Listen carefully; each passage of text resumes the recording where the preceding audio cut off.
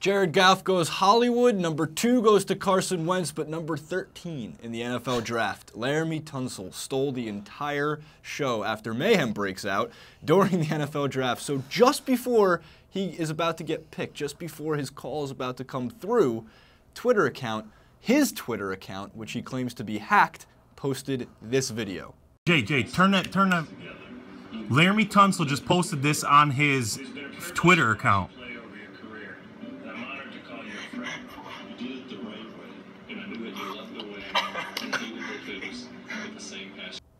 So you can see from the video, Smoking Bane style.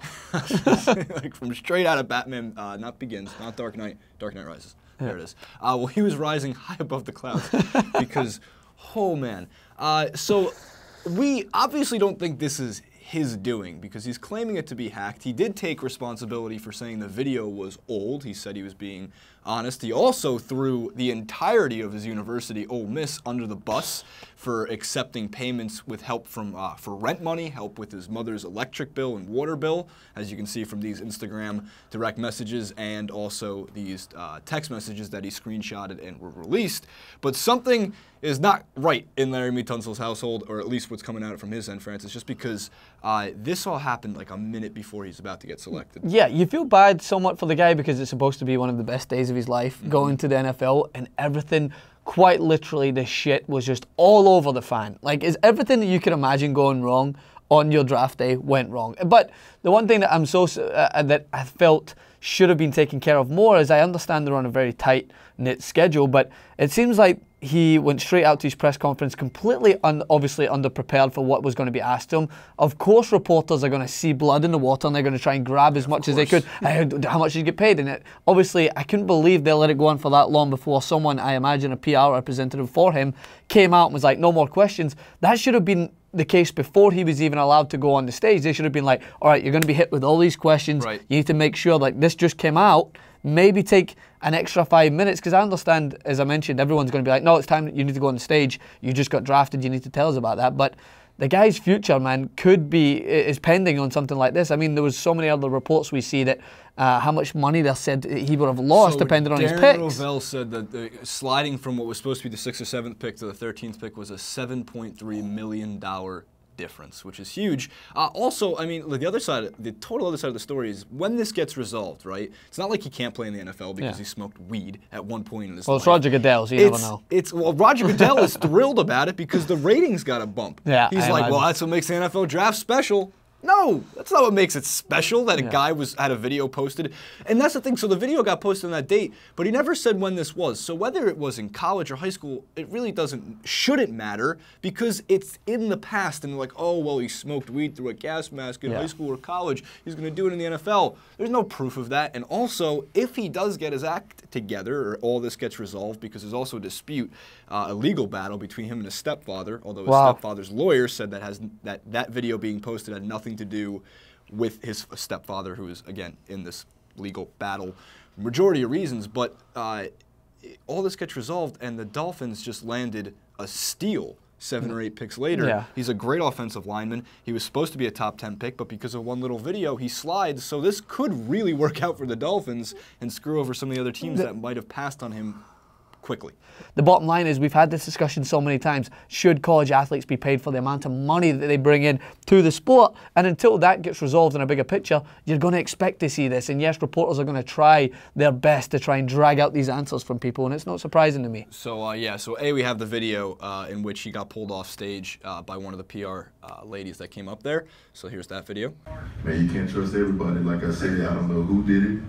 I don't know what happened, but like I said, I'm blessed. Have you talked to the NCAA at all in this investigation? Have they talked to you about? He's got no more comments. Sorry. Thank you guys so much. Thank you guys. He hasn't seen anything. This all happened while he was up here.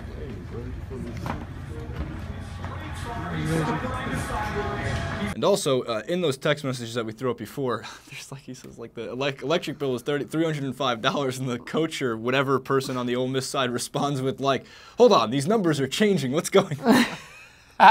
He's boosting a little bit like, oh, electric bill last month was 100, but mom's using a lot of water, so electric and power bill and water bills going up $200. I also want a new video game. Next minute you see a bunch of college athletes have like businesses in Panama. The coaches are just trying to pay them. All right, so few other elements to run through for you guys. One, Jeff Fisher, it was a part of the greatest tweet of all time, or EP Dan tweeted it out, but if you didn't see it, have a look at how excited he was about Jared Goff being drafted to the LA Rams.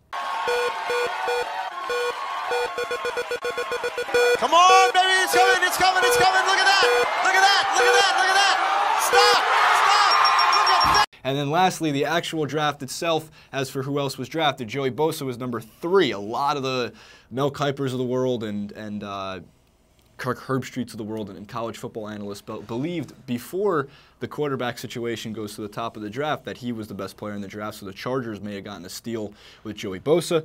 Also, the big news, the Dallas Cowboys taking Ezekiel Elliott with the 4th overall pick in the draft. It wouldn't matter what running back was placed behind that Cowboys offensive line. These guys are big, beefy humans, all 300-something pounds of a wall that you can run behind. So they now have 3 backs in that rotation with Darren McFadden and Alfred Morris, right, as the third.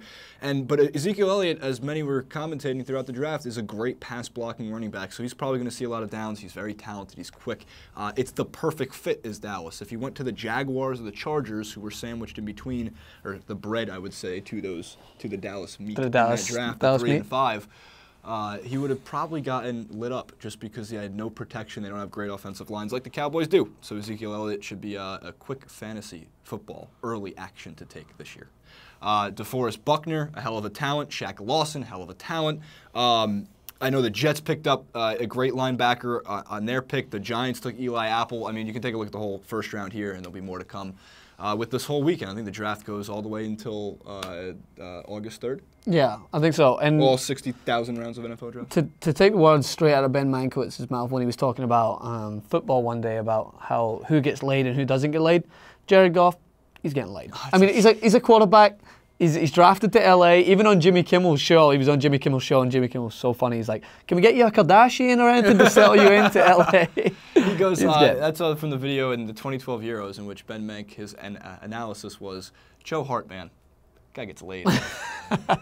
Very true. He's tall, he's blonde, goalkeeper for tall, Manchester blonde, City, England. Quarterback. I mean, that's just, when you grow up and across seas and you think of Americans, that's who everyone envisions you're going to be. You're going to be a tall quarterback, and you're going to be the stud. So he's getting late. All right, comment below with what you think about the NFL draft. Laramie Tunsil, gas masks and bongs.